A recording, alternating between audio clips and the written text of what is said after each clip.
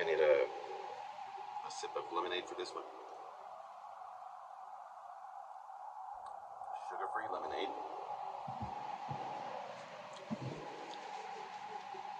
This looks long because it's called California. Thursday, December the 12th, 2019. It is Anachronism 2090. No, 2,900.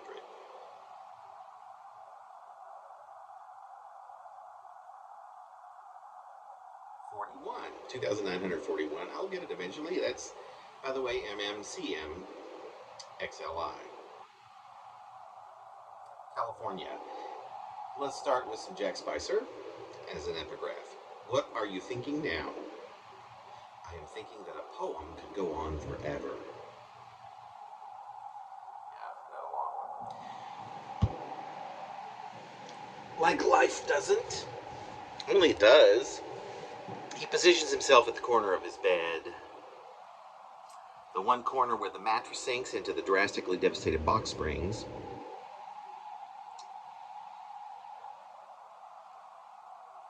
Although I think this is the second version of the same bed.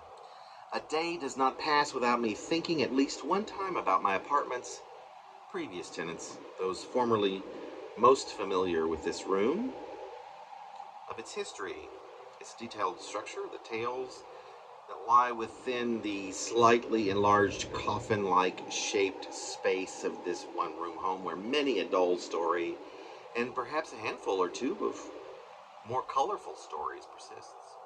History alongside my story, a safe haven, prison, a hideout of introverts and socially anxious extroverts, dying for the company of a friend, yet resigned to the obvious that those folks are long gone, which leads to endless hours puzzling over why.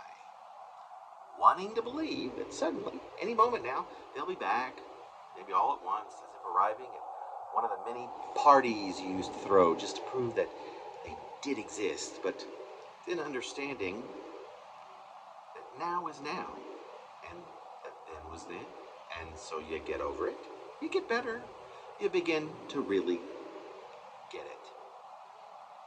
I was dealing with some things, but maybe I have some different ideas than this. But this was not too long ago. This was 4 years ago.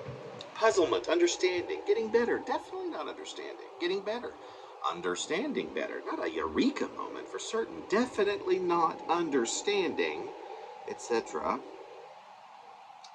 Muddling concepts like loyalty and commitment, zipping for light years around in your head. What comfort is familiarity or domesticity when just as you finally begin to believe in their existence, they are ripped away from you by the pickpocket of souls. Now, at my brokest, now that I'm mostly broken, a fucked up former king who just wants to call a few of his courtiers, who wants a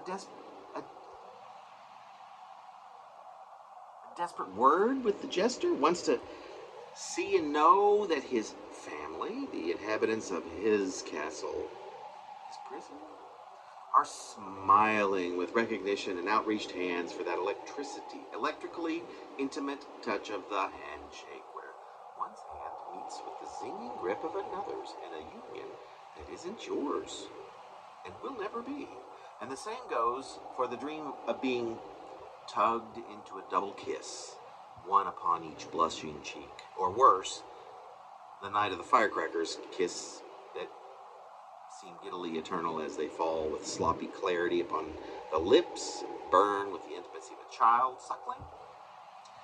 Where is wisdom cash, and what can such currency even afford? Must it be pressed and cut, then bound as neatly as those shelved manuscripts, gathering dust on the bloated bookshelf of any office? Each page having been delivered verbatim by nobodies lying flat upon couches to sleepy doctors who act as co-authors, collaborateurs with each, lying for sitting, slouching or erect body with his head propped upon a pillow, or is at other times holding it down with its hands in some kind of intimate sorrow in a stance that is aimed either at comfortable or excruciatingly uncomfortable. peopled furniture in countless overly worn rooms that dim an entire continent. There is rather a large portion, the majority, let's surmise, of the human population who are each molded in such a way that is ideal for such collaborative work, either to sit behind an oversized wooden desk or table, or built to utilize the varied alternative blocks of furniture upon which they are each directed to sit or to lie, to sit and to lie. Compromise may very well be earned during these habitual efforts. When they are, the tome constructed is quite often as much revelation as it is anomaly. Is it the same? Is it that some are born knowing? Who are they? And if so, where or how does this intuition mutate, then thrive, when sideswiped by the glorious age of self? This perpetuation is probably not even apocalyptic, in which case I am missing something crucial. Maybe we all are. How one refuses to give up seems to become something eternal, but I must believe, and advocate for those who are happier and make their optimistic quest for more than a small eternity of delusion. They do, however, tend to die in tragedy, in most cases, almost always, no matter what. What single word could save your world now? Could save mine. My connections, the ones which were everything to me, were real, and yet just as suddenly and in tandem were flimsy. Unreal. What is this called? Why did they do that? Why did they disappear en masse at such a critical moment? I have no time to dissect delusion. One day, there is a world living, breathing, engaging, and zigzagging around you, during which take time for gratitude, I would advise. And the next, all of us are declared dead. To me, a clear intention on the part of the already dead. What are those who remain to do with us with this? What are those who remain to do with this?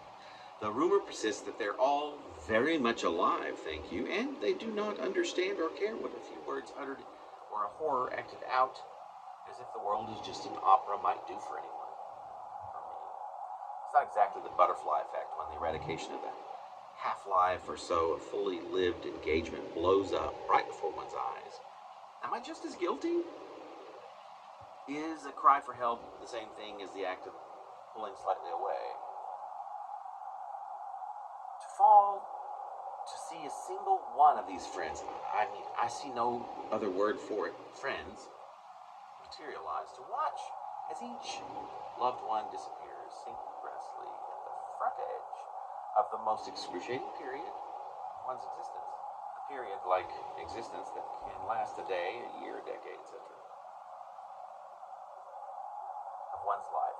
Perhaps the duration depends proportionally upon the loss of the cacophony, which, or was, in all senses, the objective, wasn't it? But this has been my life, and a beautiful family, one that was mutually agreed upon, tacitly or not. And now it is gone. Which of us fools, me or my prodigal family, still exists? I reach toward an answer to each day, but remain shrouded in the silence that is left behind, while desperately trying to remember that it once existed, just as I once did, so as not to completely deny myself of that reality. For better or worse, I occasionally become motivated to repeat this cycle, to do it all again, to delusionally and deliberately construct a new family, just like the one I collaboratively built years ago, forging siblings, partners to make my own tiny country, a domicile, all my own, like the one that lost the last war, a war hatched for some unspecified reason that is now only an erasure on a map which I keep studying. I move through the delusions with great contentment and much happiness. Time had meaning then, of course, so of course I will reignite this quest. To what end? I do not know anything except this. Engagement is not delusion. I hold each moment the delusion was real. They are inescapable, unerasable, it turns out. I will open different doors as I move forward. Something is missing terribly. Rather than ask how to find it, I look to you and ask, how might you go about forging a reality out of a delusion? And why do I still believe? My friend. My friend. Yes, because logic does not prevail in such matters. I do believe that the delusion is real. I can ask why, or for your take, until as they say, the cows come home.